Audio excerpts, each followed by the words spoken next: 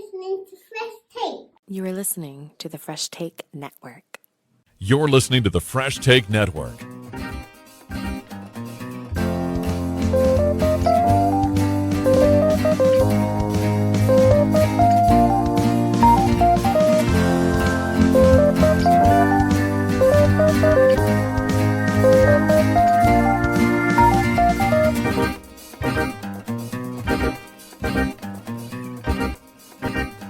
What it is, what it do, welcome to Fresh Take, the rundown. Joshua, Adam, Lamar with the talent, the sexy, dangerous Devon here. It's Devon Seal.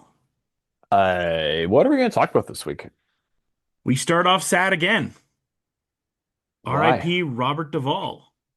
Yeah, well, I when every loss of life is obviously sad. The how and some, he was what was he, 94 or something? 95. Yeah, he lived a fantastic life, had one of the best careers in Hollywood you could ever imagine. Was a true movie star. So, as much as it's sad, we move on. We're grateful for the time they had in our lives. I've And never seen an IMDb for No One For be so bad. oh, really? No apocalypse, no network. Mm, That's bad. Um, yeah, I mean it's very, very sad. I thought Bill Simmons brought up an interesting point just because we've had a lot of, big names in Hollywood. In the memorial, he has there's the thing that he calls the hammer. So who's like the last person they show in the memorial? right. Well, you have like Keaton. So you have Keaton, you have Reiner, Reiner, you have Redford, Redford, and and Duvall. Duvall. So like those are And shouts to our he. Canadian icon, Catherine O'Hara, as well. It's really tough. And you know what? Like every year, um, there's always tweets about like who got left Who out left and out? Yeah. who got, yeah. So like there's no easy way to do it. I think if you want to be equitable, I think the Academy is in a really tough spot because if you start making a lot of these memoriams different lengths or different times for the level of star that you are, who are you to judge the value of their career? And someone who gets a 1 second vignette versus someone who gets like a 10-second thing isn't necessarily like that doesn't really say the whole story of who they were as a No. person, who they were as a family, a father, a mother, brother, son, daughter, whatever. Um, so the most equal way of doing it is just to slot them in like anybody else. And yes, some people might clap a little louder, a little harder, but I don't think it's necessarily fair to give them 1 or 2 minutes of like a moment of silence and then have a whole bunch of other people not get that at all. Simmons was saying maybe you do like you get lead up to the memorial, but then you do like the big those four beforehand or whatever. Yeah, but every single family member of a star who's passed away that isn't Yeah. named Duvall or Keaton's going to be like, what the fuck? Like, Yeah. my dad was a composer for 50 years and Yeah. he didn't get anything. So I I don't would think it's fair to do say that. I agree. I would say if I had to pick who was last, I think it's Redford. Oh, man. Well, how many more weeks do we have until the Oscars? Like three still. I mean, that's a lot of time for Yeah. someone to drop dead and Hmm. have, you know what I mean? So like I would not count your chickens before they hatch. You never know Yeah. Hopefully we're who's good. Hopefully yeah, we're I good. mean hopefully, but like Yeah. I don't think it's guaranteed. So Yeah. I mean one of the other things you could potentially do is just make it alphabetical. I think they've done that in the past as well. Yeah, So because especially when you have like really big names, like I think it's like I said before, I think it's really unfair um well, yeah, to who's kind to of say, well, pick. your life is more like you're saying, like, who's to say, yeah, your life is more important than this person's? Yeah, to pick and Yeah. choose like the order I think is really tough. I think you just go alphabetical, like it's completely unbiased. And you know it's gonna come up. Like you know people are gonna clap really loud when it's Robert, when it's Redford, when it's I mean, what happens when De Niro passes away? What happens when Leonardo DiCaprio passes away? What happens when Steven Spielberg passes away? Like Hmm. So like the Academy might name some things after them, but the in memoriam stuff is going to be really, really tough to do it fairly without pissing other people off. And Yeah. I think that's a really tough one. Tough beat. I just saw Duvall in Network. I went to Network a few weeks ago. Okay. And that was stellar Some would performance. think it's his best. It's his best, some would Yeah, say. I saw a lot of clips of Network going around. I saw that in Apocalypse. I barely saw any Godfather Have for you seen clips. Apocalypse Now? No. I know Oh the my clip. I know gosh. the clip, obviously. Oh my We're gosh, it's we're so good. esteemed right now, very much 50s and 60s right now for these rewatches. It was Hmm. a big Aubrey Hepburn week, Mm. who Okay. I think might be the best actress I've ever seen. That's not an unpopular opinion, No. firstly. Um, saw Breakfast at Tiffany's. One huge, massive problem with that film, to say the least. Very troublesome with the Mickey Rooney interpretation there. So I just want to speak on that really quick. But her performance overall, like she is just, I can see, I believe it's my sister's favorite movie, and I never Okay. got around to seeing it. And I can firmly understand now why it is that Right. way. Like she is absolutely phenomenal with the energy that she brings. Um, and I do think I'm kind of at this opinion right now where, and I talked to my grandmother about this today. Stars just felt bigger in these movies. They feel, you and I have talked about for the last few years, the Oscars, it doesn't feel as much as stars. And there's been this, thing we've talked about on the pod of like, well, who's the next big star in Hollywood for the box Right. office, right? Like we thought it'd be Glenn Powell, and then this last movie kind of bombed, so now we don't know if it's Glenn Powell. They tried it with Holland outside of Spider-Man. It doesn't really work outside of Spider-Man. Zendaya does work, Chalamet does work, but back in the day there seemed to be far more there. Like can you like Jacob Elordi, I don't know if he is a star. Paul Mescal, I don't know if he's a star. Very good actors, but not like the way that you would see like a Humphrey Bogart or a Jimmy Stewart or an Aubrey Hepburn or Humphrey Bogart or anyone else from that era. Betty Davis. I don't think they stick out the way now. Even in the 90s when we had, like De Niro's still going, Eddie's still going, Schwarzenegger, Stallone, go Right. on and on and on. That is definitely missing right now.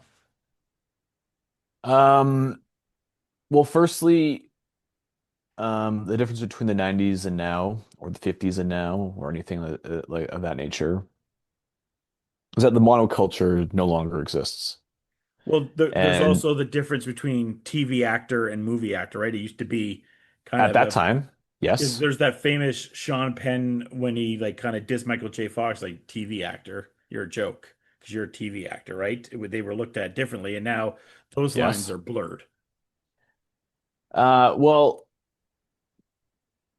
this is really tough, and I think the answer is really complicated. If you're talking about the idea of celebrity versus movie star, just for our conversation, we'll try to make it kind of cut and dry. Um, and what you're kind of talking about is the very classic Hollywood version of a movie star, right? Mhm. Who is like essentially one of the most famous people on the planet and can do this and can do that, and movies and whole studios bow down to some of these people. And you're right, like Schwarzenegger, De I'll Niro. give you one of the best examples of it too. You're making a good point. When you watch whenever Marilyn debuted, any movie I saw from 50s to 61, if they had a blonde in those movies, they were doing a Marilyn Monroe impression, or they looked Oh, for exactly like sure. Marilyn Monroe. Like the studio at one point said, "Hey, if we're gonna have a blonde in this, they have to be Marilyn." Or we have to get Marilyn. It's like, well, we can't get Marilyn, so they have to pretend to be Marilyn. Like in The Apartment with Jack Lemmon and Shirley MacLaine, there is a girl in there, and she is just doing a Marilyn impression. And there's a few Right. Of other examples, but that's like one of the better examples there. There's a girl that's like she's just Marilyn, and the guy said she's a Marilyn, which was obviously a thing at that point. course. Yeah. Um, because of this device and the idea of YouTube and TikTok, all of those things fight for our attention. I mean, Matt Damon said it like 2 weeks ago, where he's like, "Yeah, Netflix movies have to, Hmm. explain the plot 3 times because it assumes people goes on their phone when they're watching these movies." And if you were around for the 70s, 80s, 90s, like you basically had to go to a movie. You went to a movie theater to be entertained, right? But you also weren't looking at anything else during that 2 hours or three No, hours. and you knew you had to go to the theater to see the film, like Send Help, for example, with Rachel McAdams. I really want to see that film, but I'm kind of like, eh, it'll be It's on a VOD soon enough. Yes. Well, even right away, like how we internally classify movies within 10 seconds. Oh, like I've heard it's a fine movie. I've heard it's really, really fun. That's a home movie.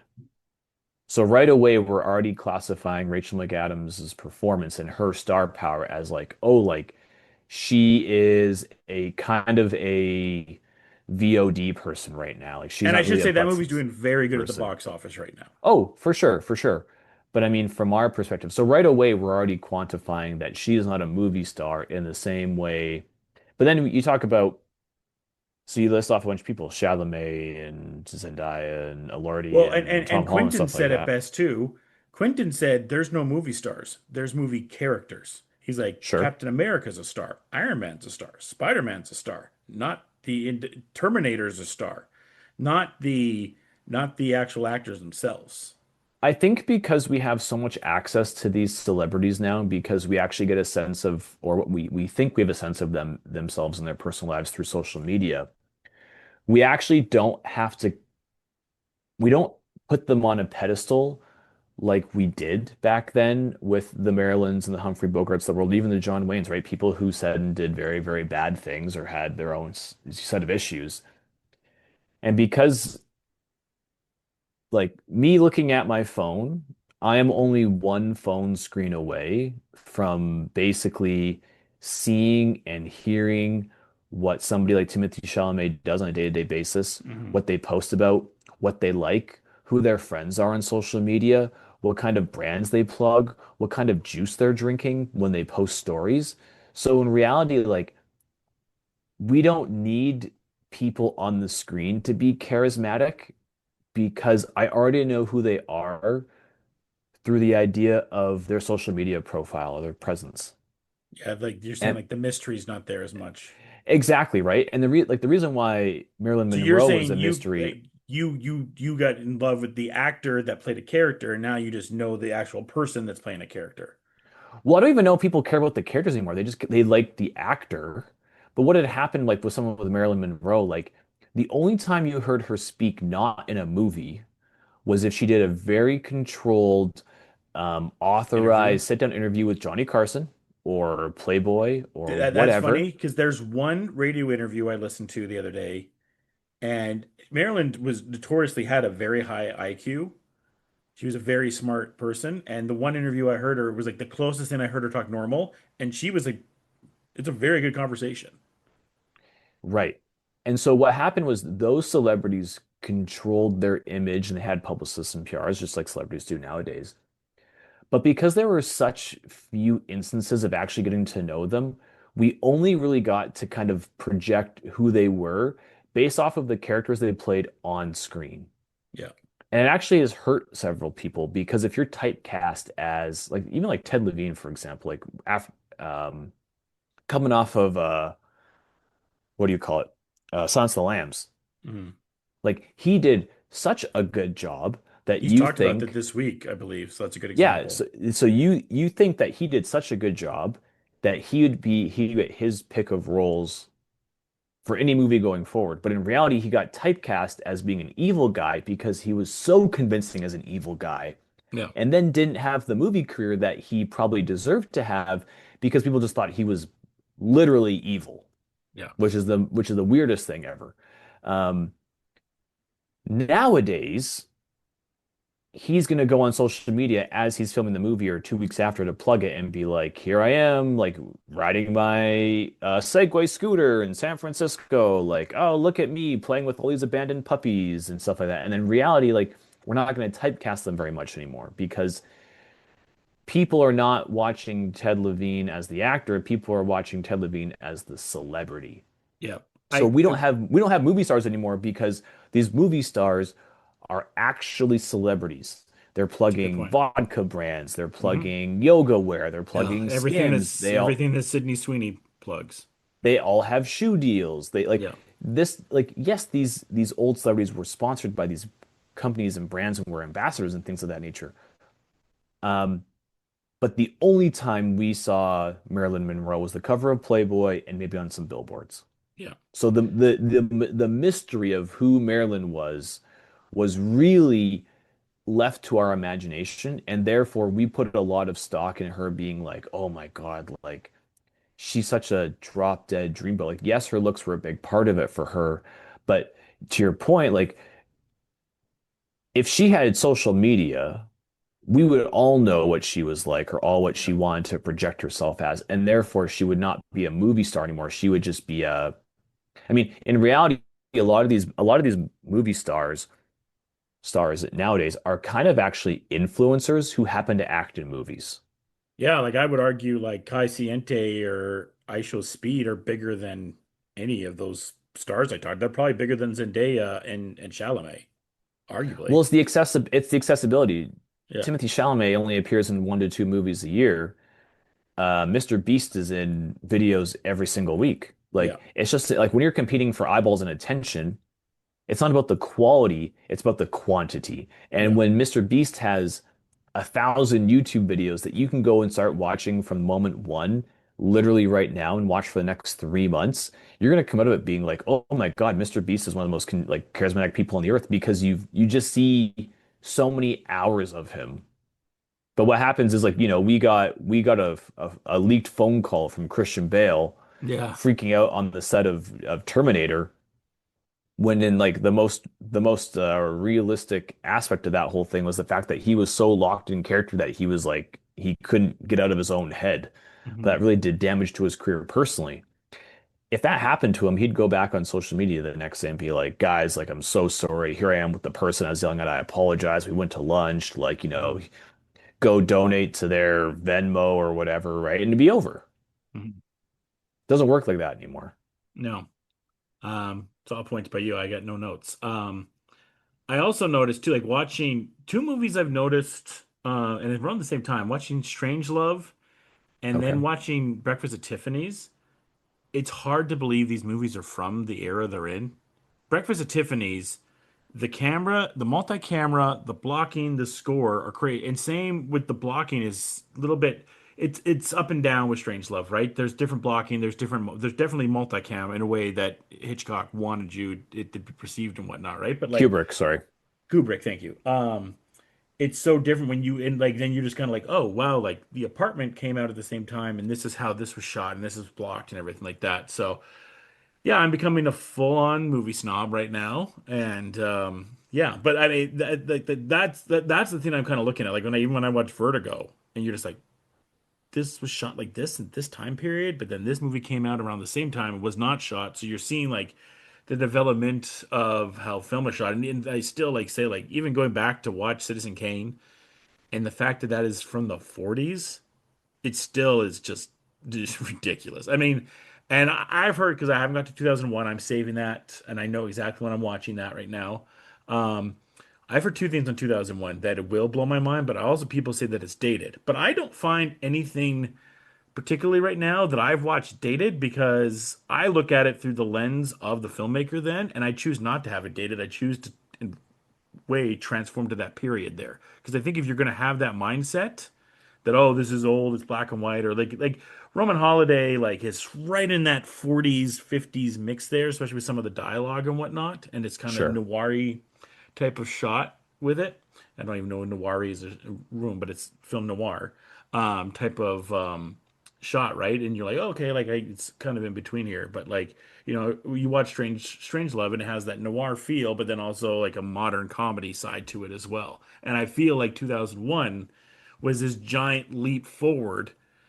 And then a few years later, we get Star Wars. I think the one kind of thing I've noticed with this, I think I mentioned this on the pod beforehand, but you're kind of in these patterns, right? You have the silent movie age, and you have Buster Douglas and Chaplin kind of changing things, right? And then you move into the era of the talkies, and you start getting big films early on, like Citizen Kane and Casablanca and Mr. Well, you Smith get Goes to epics in that era Washington. too. Yeah, and then you You get get Ten like Commandments, you get Lawrence yeah, of Arabia, you yeah. So get then blah you blah go to blah blah blah. that, and then filmmakers in the 60s, 70s, mid 70s start getting creative, and then you get Jaws, which is kind of the early definition of a blockbuster, right? Definitely it is. Absolutely. And then Star Wars comes, and Star Wars just changes film forever. And like Jaws does, but Star Wars just changes film as we know it. And then between Jaws and between Star Wars, we get to this point of filmmakers and studios being like, well, we can have these movies that are just like huge and big, and those will be the films that we have. We can also tell good stories, but now we're going to focus on these big and there was movies like that before, don't get me wrong, but Jaws and Star Wars kind of really changed the landscape of what we now lead to for the modern blockbuster. Well, what had happened was, and this is kind of funny because I don't mean this so literally. Jaws and Star Wars. So Jaws was a book. Star Wars is obviously an original invention. Um, what had happened was there was a huge shift in the idea of seriousness of movies, right? How serious the filmmakers took it. And I mean, film is an art, right? And for a long time, it was treated as a very, very high art, and only with the utmost respect that we should put things on film, right? Cellulose. And then what had happened was Jaws and Star Wars come around, who were very much influenced by the B movies, right? Those movies Yeah. that were not supposed to be successful and they were actually looked down upon. And then these filmmakers decided to make movies that were inspired by B movies, which were just supposed to be adventure tales. And in the case of George Lucas, like the old World War II kind of newsreel type things.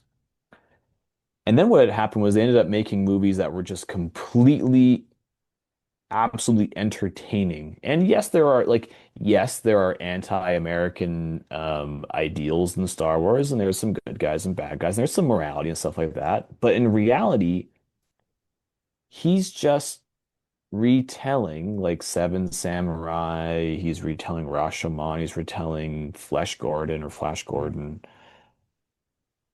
And then what happened was it opened up a whole world of cinema where people could start making things, and I mean this very loosely, for fun, Yeah. where you could go to a movie and you weren't like the idea of entertainment had changed, right? Because for a long time, like, our grandparents, the entertainment that they watched were like these serious Western movies and Casablanca and and Citizen Kane, those kinds of things. But they weren't like giving their brain a break by watching kind of like these less serious films. And I find that really interesting. So Yeah. that changes the whole landscape, because what had happened was these less artsy movies who are not Citizen Kane became very, very, very approachable for the common person. And then what had happened was that now that anyone can kind of go to the movie and have fun, and you didn't have to have like a BA in fine art to go appreciate them, suddenly you get filmmakers who are making movies for the steel worker in Pennsylvania, for the coal miner in West Virginia, the professor in Nevada, and the fisherman in Washington State. Like, and then we're just off to the races, because the idea of media appealing to as many people as possible has now become a thing. Yeah, like I talked to my dad a little bit more about it today. Like I always come back to this conversation with him. And anyone that was around at this time was like, just tell me what that was like that week of Star Wars. I just want to know what that week was like. And he kind of just said, he's like, yeah, it was like the same with Jaws. It was just like, he's like, Star Wars was different than Jaws. He's like, it was. He's just like, and even talking to my granddad a little bit about it, he didn't particularly understand what was going on. He told me, he's like, I knew your uncle liked it, but he's like, I didn't know what the bloody hell was going on. He's like, it was Yeah, much they different. wrote it off, right? They Yeah. actually didn't really think they thought it was like a movie for kids. Yeah, and but he just said, he's like, I just remember like I had never, he's like, people would, go to Ben-Hur or go to, Ten Commandments and stuff like that, Sound of Music. But he's like, this was such a different thing. And he's like, and it just wouldn't go away. And he's like, and then I remember your uncle wanted the toys and they didn't have the toys. We're not going down that rabbit hole. But it was so interesting. And even talking to my dad, and my dad's like, he's like, it's one of those things. He's like, I don't know if you've ever had it, but it's like you go into it and it just changes. You're like, my life is different from this point on because I don't know what I just saw. And I have to go back. And my dad's like, he's like, you couldn't go back in because it was so busy. He's like, but I Right. went back the next day. He's like, I tried to go back that day and it was sold out already. He's like, so I bought Yeah. tickets for the next day. He's like, I went to go back the next day and the next day after that. He's like, I must have seen it 5 days in a row because I did. And he's like, remember too, which there was no VHS. I don't think there was no Betamax at that point. There was no home rental yet. That doesn't happen till Was like the late. Jaws?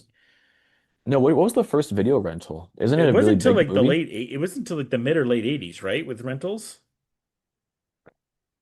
I'll Google it. You keep talking about your story Yeah. though. So, anyways, but yeah, you couldn't just do it, and then movies were in the theater for such an extensive period. So, like, you did have this desire to kind of want to return to the film. When I was talking to my grandma about stuff. She's like, "Yeah, I went back and saw Roman Holiday multiple times." Which, by the way, on that, I have never had a movie break me as much as Roman Holiday did in a long time. Really? Roman Holiday broke me like that. That's a tough watch at the end. It's Mm, absolutely, especially for it being a rom-com, quote unquote, for the 50s, to do what they did with that, I was shocked because there's not a, like, spoiler alert for a 50 plus year old movie. It's not a happy ending. The guy does not get the girl and the girl does not get the guy. right. And I was like, this is the mid 50s. You would think everything was just like happy for like a movie, right? They want to portray like everyone's happy at the end, but like they don't give you that payoff. I mean, I'm being naive with that, but I was just like, geez, I just assumed that even in like modern day rom-coms, right? Like they always end up together. So it was crazy that like they didn't end up together. So that just took it to kind of the other level for me. Going back now to like the Star Wars side of things, it, watching these films back, almost in my mind, I'm just like, okay, so the apartment comes out in 1960. I'm like, Star Wars is 16 years away. I just kind of think of like where film is about to go from where it is right now. And it's just like, this movie's Right. just about to change the entire damn industry. And I don't know in music that we have that ever. Like, there's different bumps in music, right? Like, like rock and roll comes around, and like, the Beatles come. It's like people are like, what does this sound? And Elvis comes, and all that different stuff. There's different flows of stuff, but I don't know if there is one central film like Star Wars that came and just kind of changed the entire genre of everything. And yeah, again, Jaws comes the year before that, and it's kind of the the prerequisite, I'm not saying that right, but of what's going to come for this blockbuster motive. And then you get to the 80s, and then you have, Back to the Future and Indiana Jones and Goonies and more Star Wars and Terminator and, Mhm. Cobra and all those type of movies are coming. So I did a quick look, and it seemed like so the first big there was never one first big rental. There was kind of a bunch that kind of happened all at once, and the three that really started it all was Butch Cassidy, MASH, and then The Sound of Music in 1977. So it did start in 77, but it didn't become really popular till the mid 80s, right? Yes, well, I Yeah. mean, part of it was like the price of VHS and whatever. Um, to push back on your music thing a little bit too, and it's the same thing back then. It's a monoculture, right? There's only Yeah. kind of there's three radio stations to listen to. There's one music program. There's one music magazine that you may or may not be subscribing to, or maybe your older brother does. Um, the Beatles is so. Firstly, Elvis was a very interesting case because he essentially has no global impact. Like he never toured outside of America, actually. Right. So he, for as, so yes, he's like highly influential, but his reach was very limited because of the sound of music he was playing. He was essentially playing like his version of, you know, R&B and blues, right? Yeah. But he's a white guy. The Beatles really became a global hit because they were the first of the British invasion. Well, And yeah, that was we talk about cultural impacts. The Ed Sullivan one is like probably one of the greatest yes, television moments in it's the history of TV. basically it was watched by like 1 in 3 people in America or something Yeah, crazy like that. And I just had watched the Beatles anthology. This is why I know so much about this right now. Um, but I what had heard really happened, quickly. I had a really interesting story about Lucy in the Sky with Diamonds. It was because of a painting or a picture that John's daughter wrote. um, it's something to do with that. Yeah, it I was had no written. idea. I thought it was about LSD. Like it Well, was it like, it, it yeah, is and it isn't. Um, so it is and it isn't. Like the imagery is there clearly from their acid trips, and some of the illusions in the songs are from acid trips. But like the inspiration from the song came from this picture from one of the kids from daycare. right. So it's kind of both things. I think both stories are actually kind of true. Yeah, Um, it just so happens that like the first get-go is from children. But yeah. Sorry, the you were saying about the Beatles, Beatles. so the Beatles that started off as being like really twangy, jangly pop music, right? And then what had happened was as they started advancing in their music career, the taste of their audience also changed with them, right? They also like because what had happened was they were like they were like the Jonas Brothers, right? Where just teenagers of all shapes and sizes, colors, ethnicities just friggin' loved the Beatles because they were young. They were young and they were polished. Like they were all like 22 years old when they burst onto the scene. And then what had happened was as these kids who were watching the Beatles, let's say you're 12 years old, 7 years later, you're now 19 years old. You're a much different person. You're an adult now. Some people have kids now. Some people are married now. And as they were experimenting with drugs and different influences and meeting different musicians like Bob Dylan, their sound started changing, which started redefining what the genre of rock was. Hmm. So it wasn't just like they had burst on the scene, like they were actually the first in the idea of globalization in terms of music. Because now what happened was you have a band from different country traveling the world, but selling out literally every seat in every stadium on this tour to the point where, I mean, this is a very famous story. The Beatles literally couldn't play live anymore. They did not want to play live anymore. And so their more psychedelic stuff, they actually considered the albums to be the tour. And the idea was every time they made an album, you were supposed to play it. And that is exactly how they would have played and sounded in their minds as performers. And they Mm. would have played just those songs. So the White Album, if they had gone and toured the White Album, they would have gone from to 10 or 50 different countries or 50 different cities or whatever. And they just would have played the White Album from beginning to end. And that was their whole concert. There wasn't the idea of like, oh, we're gonna play like a couple of the new ones and a couple of the old ones. It was like, no, like we're gonna play this new music for you because you've heard all the other stuff, and that's it. Yeah, and so I guess the Beatles are kind of that apex moment. I kind of found myself this week when I was watching the Opry stuff and thinking about that in film Hmm. of just like what are these and I just started thinking like in wrestling the apex moment is Hulk Hogan going to WWE. And that leads to the start of Hulkamania, leads to WrestleMania, and kind of the modern day wrestling that we have now, kind of like we talked about with Star Wars. I think you did a good point leading to the Beatles. With gaming, there's certain different apexes. Like obviously, you have Pong kind of starting things off, right? And then you have all the arcade cabinets, but then Mario completely changes it. You have a mix of the console wars there, and then GoldenEye comes and You're missing something in video gaming really quickly. Pac-Man. The industry crash of the 80s. Oh, there's that too. Yeah, with ET. Where so Um, that's an interesting point. I don't want to cut. I'm sorry, I'm going to cut you off. I'm going to let you yeah. clean up really quickly. What was interesting about that was that so the industry crash of arcade and home console stuff like that, people actually thought gaming was going to die after that. Hmm. And you're right, it wasn't until Nintendo and the Famicom, which is now the NES for Yeah. us North Americans, came out that really revolutionized the idea of playing at home. But they were not able to do that unless the Atari and ColecoVision crash happened, where Yeah, I then saw a point. the shovelware went bankrupt. And then obviously GoldenEye redefines the entire genre of a shooter that we kind of know today. So that's like kind of an apex moment as well. Oh my God, if you want to talk about apex moments in video gaming, so we're obviously gonna say Pong, Yeah. then the Crash, so partly to do with the ET video game. Um, the introduction of Mario for sure, to home consoles, whether it be the NES or the SNES, probably the NES and Duck Hunt.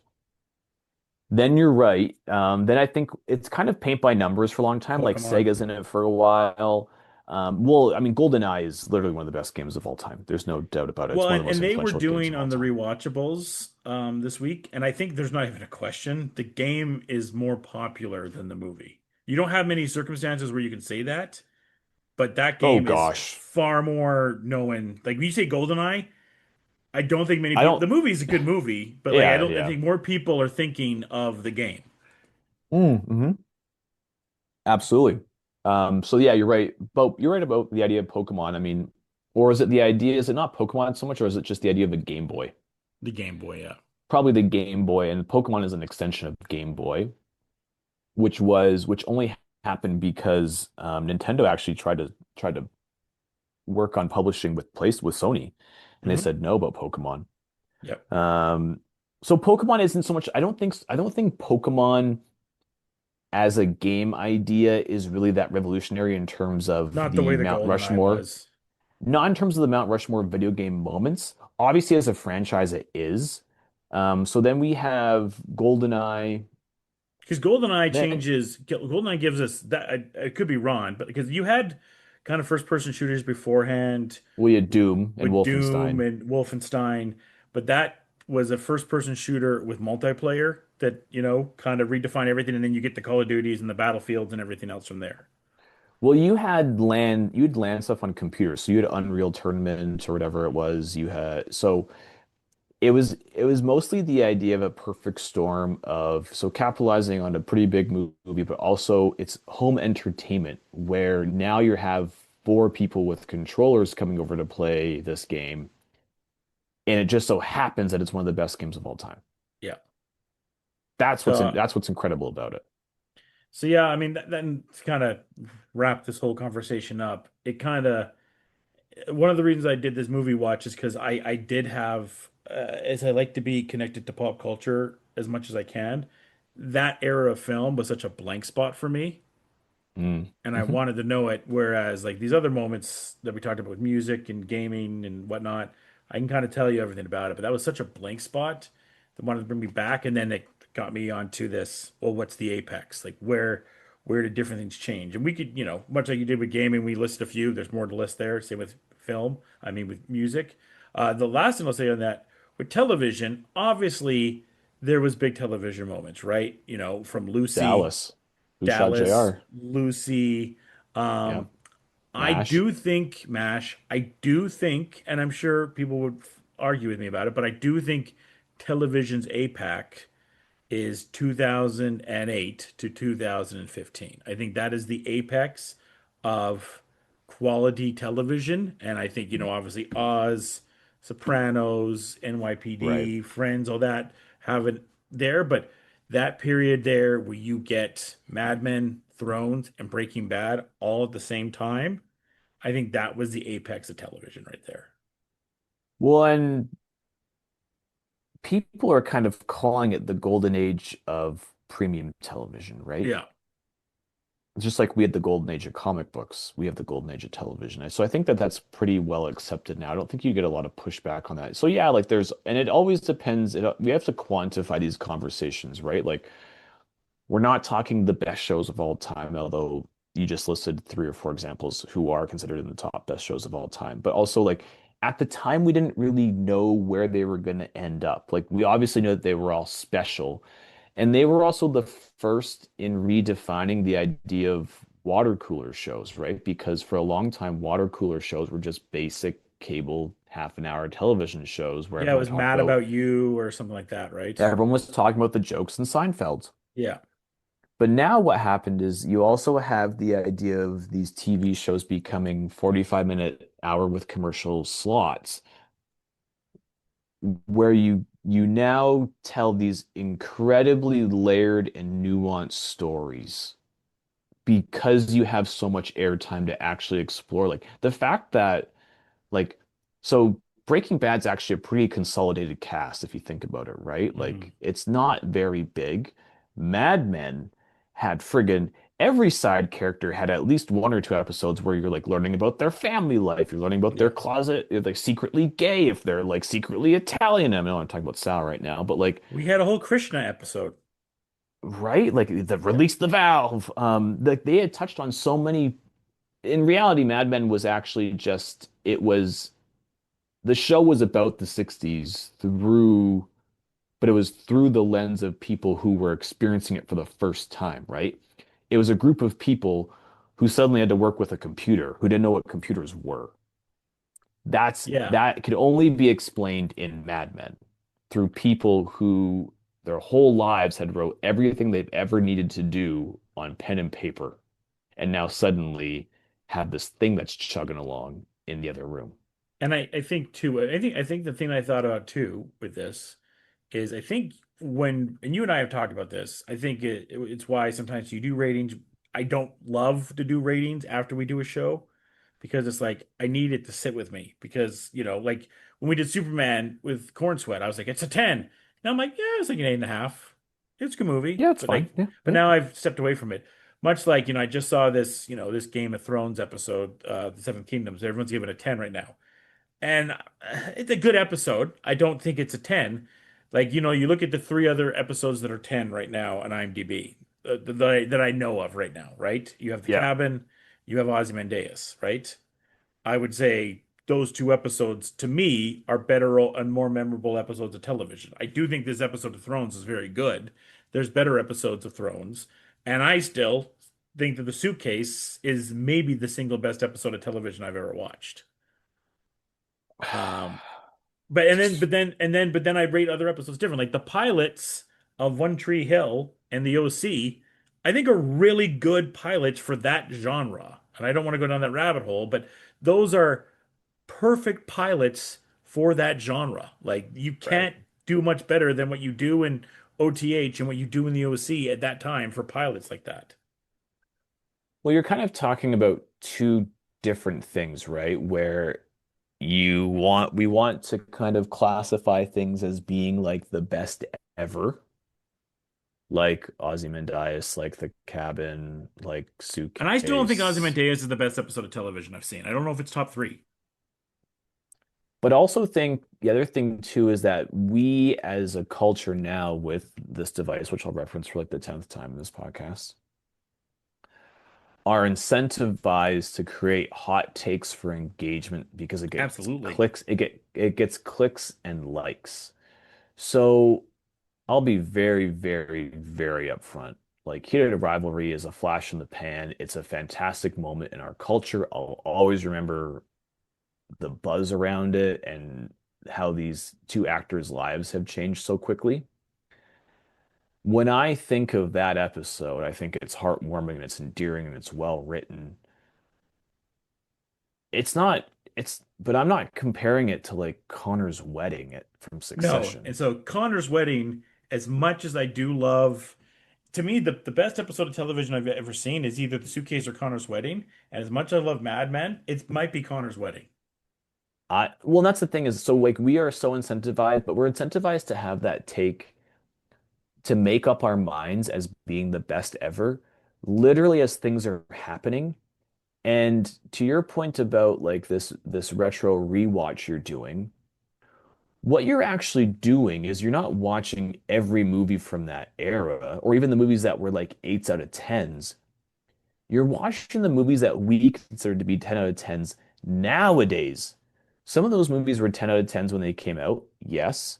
Some of those movies were actually critically panned when they came out, and it was only after a series of time, after an actor had passed away, or after a really important essay was written, where we start looking at these movies differently.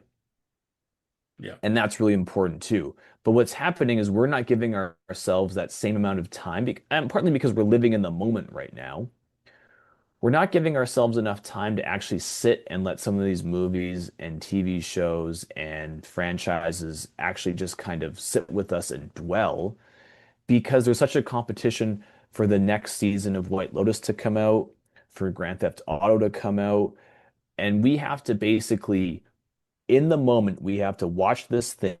We have to instantly categorize it in the whole history of our lives, or the history of television, before the next show can happen, because we have to categorize the next show as well, Hmm.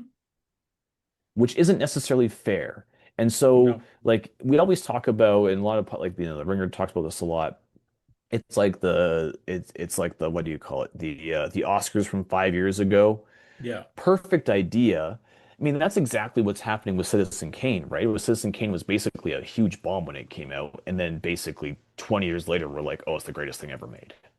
It's up there. But we Yeah, didn't and we like didn't recognize at the time. We weren't saying that in this is why, like 1944, when whenever it came out. the Midnight Boys pod on the Ringer, they go back and they go back and change their scores if they want to higher or lower. Hmm. Which I think going forward, we're only in February here. When we rate stuff, like when Daredevil comes out or these other things come out, I do want to go back at year's end and be like, okay, what do we think now? Because it's one thing like to be in the mood for like something like Fantastic Four. I think I gave that a 7. Probably puts Fantastic Four down to like a 6 now. Interesting. Okay. Yeah, I mean, and look, my taste and everything is that has changed, but I don't think that movie was as effective it could have been and whatnot. Something, They played it too safe. They played it really, really, really safe, and it was kind of yeah. boring. So I think that's important. I think a lot of, it's so hard to rank something critically right now because you're in the mood and the like something like, Endgame right now. Looking back, I gave it a 10 at the time, and I still look back at that and I'm like, maybe I still give it maybe a 9.5. I drop it, but it's still like pretty high but there's a different layer, and I'm not going to go down that rabbit hole with it, but there's like a different layer to that. And Well, I think it changing. I think your score fluctuating very, very a 0.5 is a very, very, very minor amount in the grand scheme of things. I think if what we need to say is actually we need to give ourselves like a plus minus rating in terms of like how much could it go up and down, right? Mhm.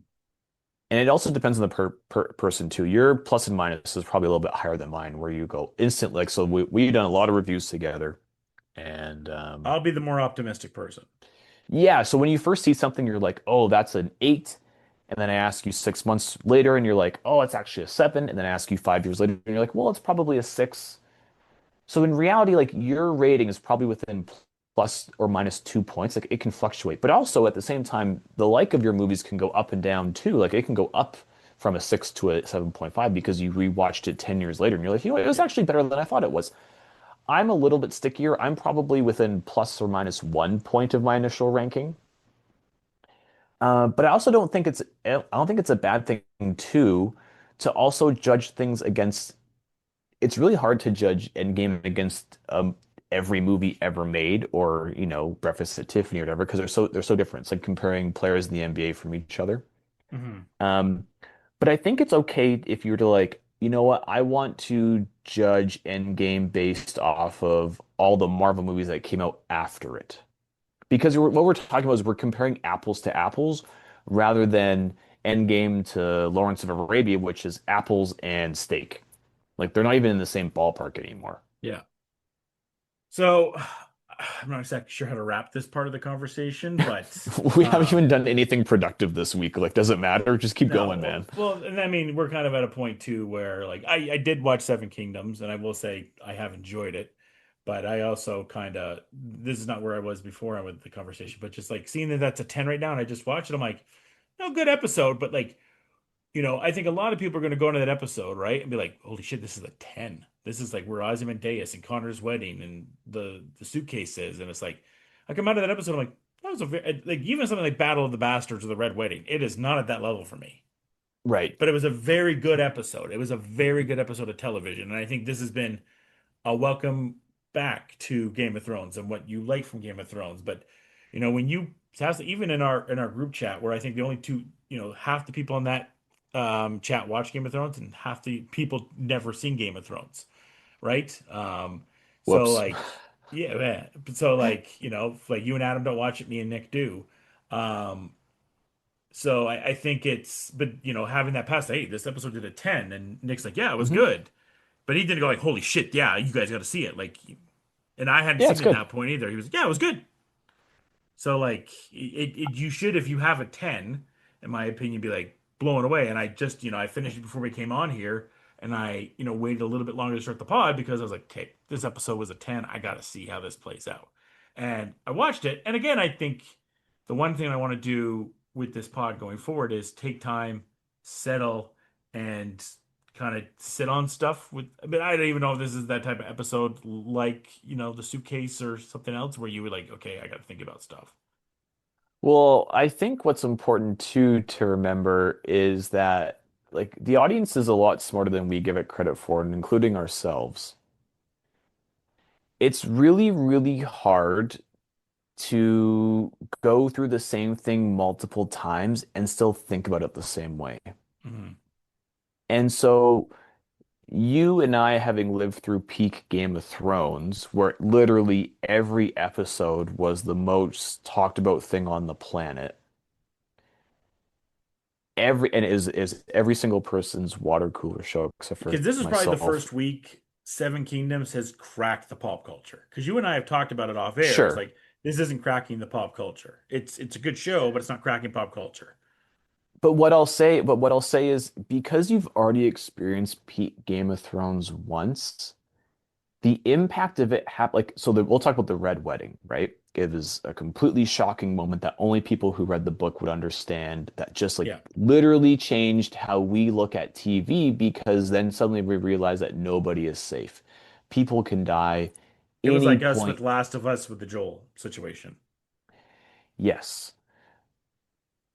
But what had happened was it already happened to you once. And so now watching Seven Kingdoms, what you're doing is you're not actually consciously judging it as a TV show, you're judging it against the excitement of already going through peak Game of Thrones because you lived through Game of Thrones and you can't help it. It's not your Well, I think fault. it's I'm too not because blaming. House of the Dragon is somewhat disappointing. So there's a Sure. certain expectation of what this franchise should. It's no different with Star Wars, right? There's a certain expectation of what this franchise should be, and it's like, okay, House of the Dragon has kind of been failing to get to that level, and now this feels like it's getting that back to that level. What we're talking about is actually kind of a version of nostalgia. And Sure.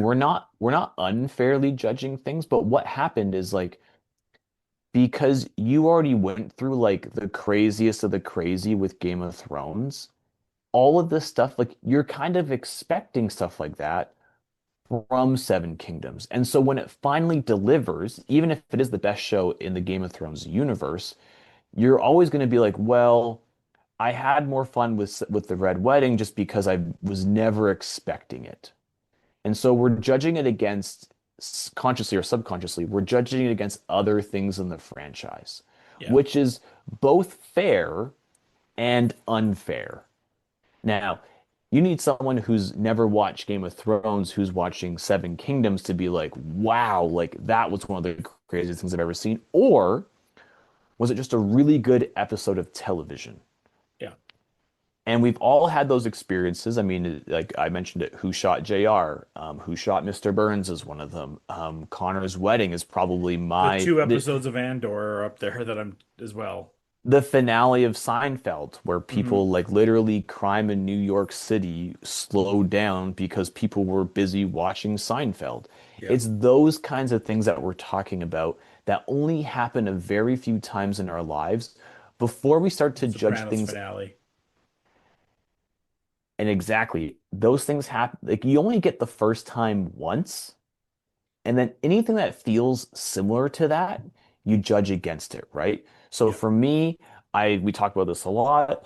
Um, Connor's Wedding is probably that example for me where we all thought it was going to happen, but the show completely subverted all of our expectations. And now I can't really judge, like I can't judge the rest of Succession without thinking of Connor's Wedding because Connor's Wedding is basically the peak of the TV show. Yeah. It's a good point. I was thinking of it the other day because I wanted to do the rewatch. The election's also really good. The Election is a fantastic, like, I mean, I've never had this before. Like, even in Mad Men and Breaking Bad, I was like, oh, those shows are very, very good. They're some of my favorite shows of all time.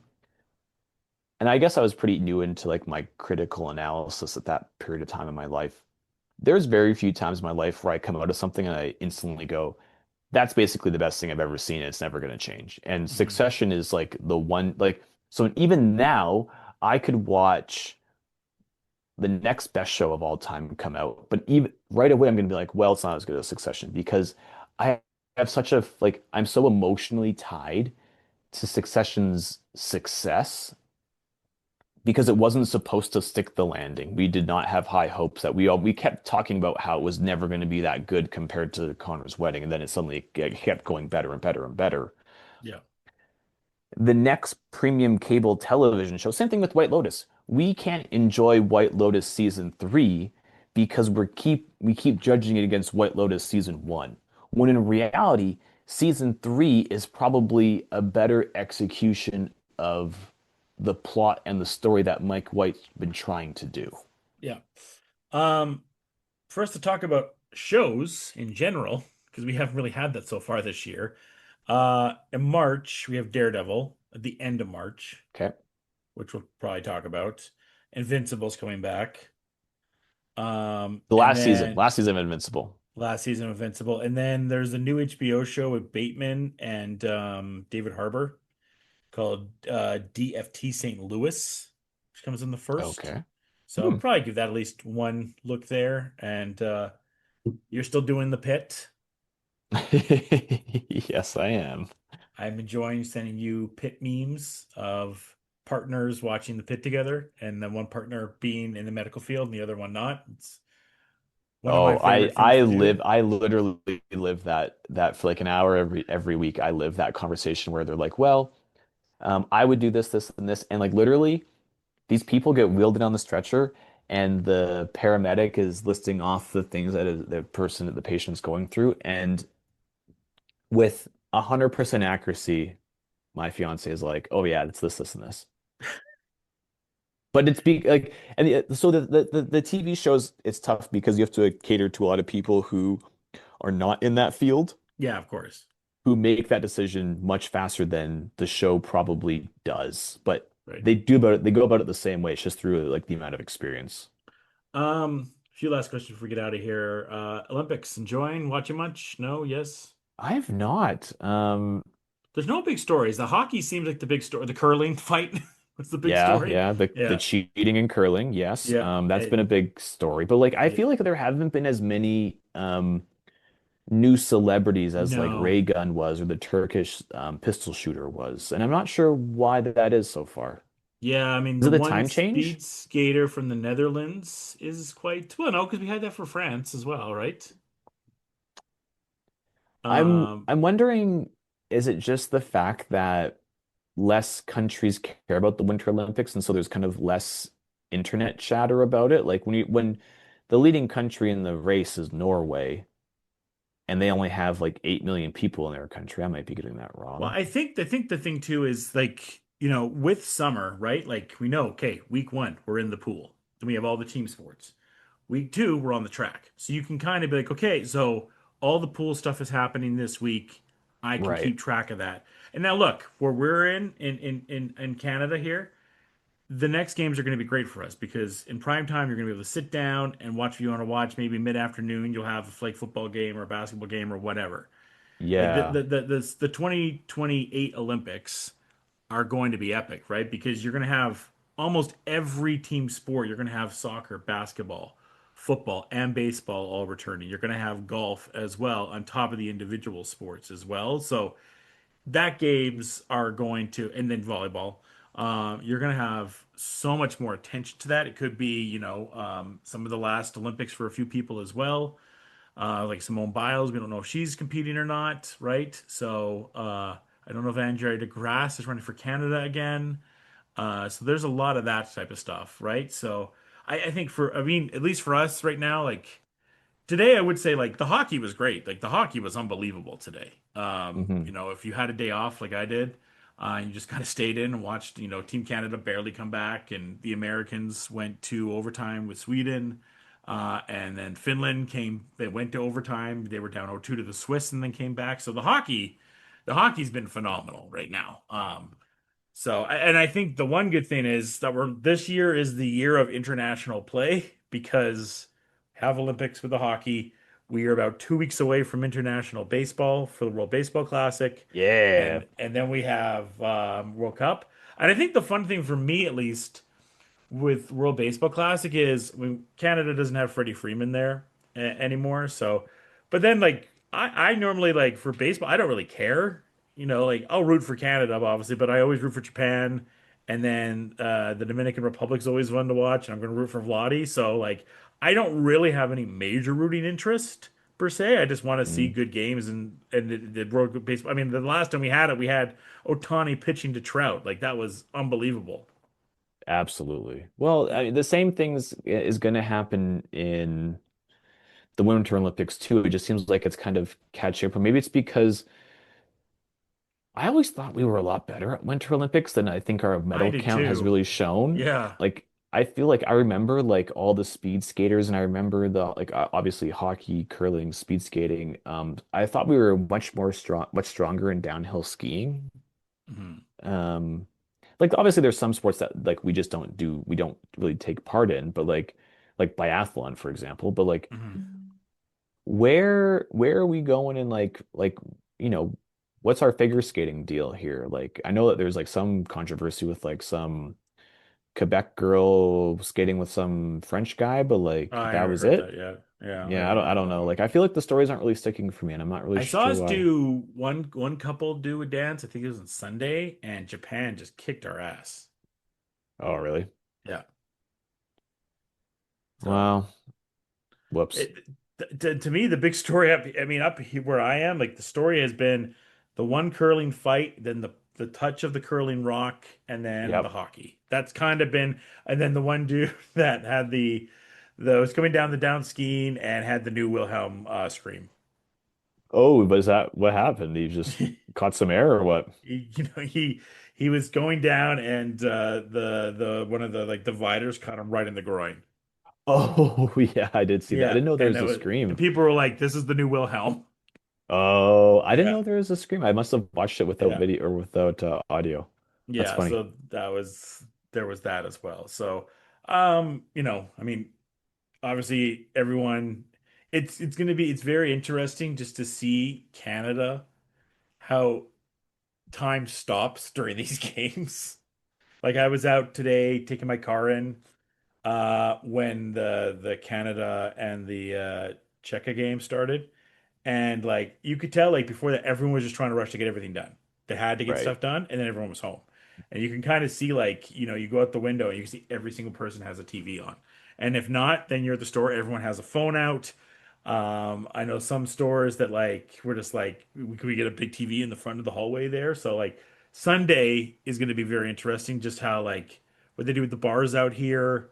Do they have to close at 2:30, but then like do they open back up at 6 because the gold medal game is around 8 o'clock? And then, talking to people in the bar industry, not everybody can fully get a liquor license, Right. per se. Like, big bars out here, like a brew house, for example, shouldn't probably have an issue with it. But, some won't be able to do it. And you can get like an orange juice or an apple juice or a coffee, but you can't, get a mimosa or a Bailey's at that time of the day until like 10 o'clock when they can officially serve. So that's going to be interesting how they all handled that as well. Like the last time we had this and the bars were open, I was living in Spokane. So, and I'm not going to go to a bar. I'm going to stay home and watch it. But Right. if we get there, but that's very fascinating to me too of how the bars are going to be able to handle all that. I saw one of my local breweries advertise that they're going to be open at 6 whatever for the game. So Yeah. maybe it's a local thing and not a provincial thing. Who Mhm. knows? It sounds like they have their shit taken care of, and so they're going to be okay. Yeah. I mean, and there's curling, the curling championships, I think, is at 4 a.m. Oof. if either the men or the women advance. I think for the men it's 4 a.m. on the Sunday. So Watch curling championships at 4 a.m. and then watch the gold medal game afterwards potentially. And again, tough road for all the teams. It's a nice, Final Four there. It got a little nerve-wracking there in the game today. Got a little nerve-wracking there. Well, Sidney Crosby getting hurt doesn't help either. No, he did it. So, um, we'll be back next week for more of this. Like Shooting, shooting the shit. shooting, like I don't really like there's like obviously Seven Kingdoms is going on, but Dev's not gonna watch that, and I'm not caught up on the pit, so we're just kind of just letting the stream fly. Well, We're just hey, you know what they say. swimming down the stream. You know what they say. Don't cross the streams. Yeah, talking about like Ghostbusters, right? Yep. Oh, I'm not gonna go down this rabbit hole really quick because there was one thing I kind of wanted to talk. Well, maybe talk more about it, but the sea dance stuff this week. Um, The sea dance? the new AI from China. I haven't seen. I don't. Oh, I need to look this up then. Okay, what's your quick one hitter? it just I mean it's oof, I don't even know. This is too much of a rabbit hole to go down. It's just some people just don't give a shit about copy law. Like you're seeing like Ghostbusters versus Ninja Turtles and Oh, oh, like oh, I see. Okay, okay. Wolverine versus Cinematic. Superman and Yeah, just yeah, like yeah. it's insane. The dialogue is still shit. They can do fights, but the dialogue is still dog shit. Hmm. But and like Okay. somebody took all the storyboards that Sam Raimi had for Spider-Man 4 and made a trailer out of that. Oh, fun. Yeah. So the regulation of how this is going to happen is going to be interesting and just I mean Darren Aronofsky is already, doing stuff with AI for film stuff, so it's we're getting to a point soon. Very fast here. Like I do wonder if some companies like, yeah, we're not going to even bother doing AI. We'll just CGI, we'll just use AI. I am not anti AI. But just like anything in the world, it depends on, so firstly, how it's being used and who is using it. Hmm. Okay. So using AI to do some light touch-ups of makeup or things in the backgrounds or whatever does not seem to be that bad to me. I don't, yeah, I don't have an issue with it Um, either. and you know what? I'm gonna say this. This might sound kind of lame. People on Twitter making fictitious fights online of their two favorite characters and posting a video of Optimus Prime fighting Harry Potter does not really piss me off. It's like, okay, whatever. Yeah. Using AI to write stories or to replace actors or working professionals and the lack of creativity that AI might have is a problem. But then again, that goes back to the use of AI Hmm. and not so much AI itself. And so it's weird because society is telling us that we have to use AI more and more. It's in our jobs, it's in our job applications. It's going to start happening to healthcare professionals. It's happening in universities with people writing papers. Um, and so like more needs to change before we just completely say it's bad or good. So let's take example for let's say, university, for example. Everyone's like, oh, well, I'm getting unfairly reduced marks because the AI that is judging my paper, if it's written by AI, is saying that it's written by AI.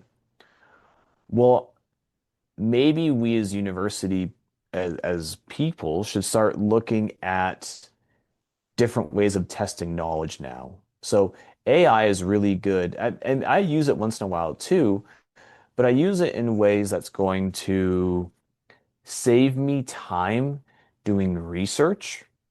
For example, if I were to go on a vacation, one of the first things I do is say, plan me a trip to Vancouver in that you would have for 3 days.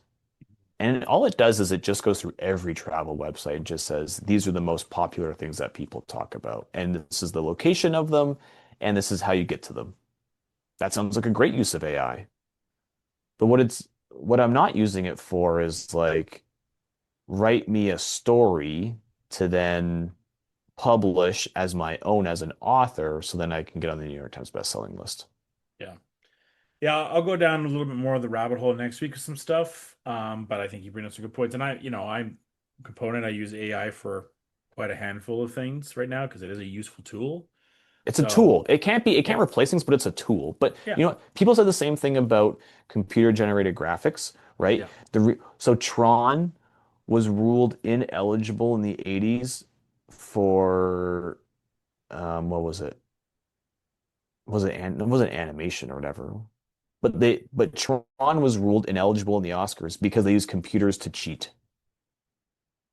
And now look how silly that is, right? So like Yeah. we are living in the moment right now, just we talked about with like judging these TV shows. In 3 or 4 years' time, when we look back at this time, we will have a better understanding of what's allowed and what's not allowed. Definitely. Good point. Well done. Well said. All right. We're gonna rock out of here and we will be back next week with more nonsense. Perfect. Love it. Till then, folks, cheers and enjoy the day.